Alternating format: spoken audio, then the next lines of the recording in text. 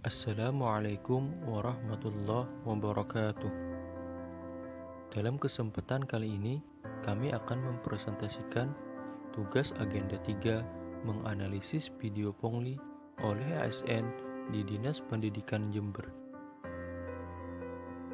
Tugas ini disusun oleh kelompok 1 yang beranggotakan yang pertama Masliana SPDI, yang kedua Farida Zulaiha SPDI, yang ketiga Hasan Baihaqi SPD, yang keempat Eni Yuta Amalia SPD, dan yang terakhir kelima Yuli Awaliyah SE.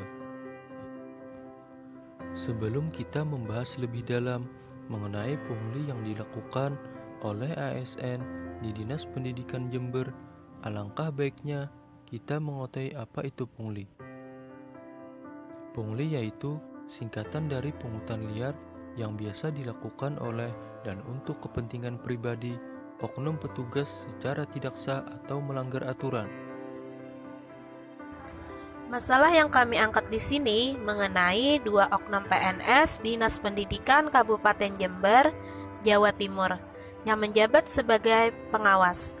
Ditangkap tim Cyber Pungli Tipikor Polres Jember. Pelaku tertangkap saat melakukan pungutan liar proyek layanan khusus lembaga PAUD. Pelaku meminta honor atas rekomendasi pencairan dana bantuan layanan khusus kepada dua perwakilan lembaga PAUD. Petugas menggiring kedua oknum ke kantor polisi. Faktor-faktor penyebab seorang dapat melakukan pungutan liar adalah sebagai berikut. Yang pertama, menyalahgunakan wewenang, faktor ekonomi, faktor budaya, lemahnya sistem yang mengontrol dan mengawasi dari atasan, adanya konflik kepentingan, oknum di atas tidak menerapkan nilai dasar ASN. Dampak negatif akibat adanya pungutan liar. Yang pertama, biaya ekonomi tinggi. Yang kedua, kerugian negara karena menghambat pembangunan. Yang ketiga, hilangnya kepercayaan masyarakat terhadap ASN. Yang keempat, hukuman bagi tersangka. Adapun solusi cara menangani kasus pungutan liar. Yang pertama, mengidentifikasi area yang berpotensi terjadi pungli dan mengambil langkah-langkah efektif untuk memberantas pungli. Yang kedua, menindak tegas ASN yang terlibat pungli. Yang ketiga, melakukan investigasi lebih mendalam untuk menjaring keterlibatan oknum-oknum lain. Yang keempat, meminta para kepala instansi untuk memberlakukan pengembangan sistem pelayanan berbasis teknologi informasi untuk mengurangi hubungan langsung antara petugas dengan masyarakat.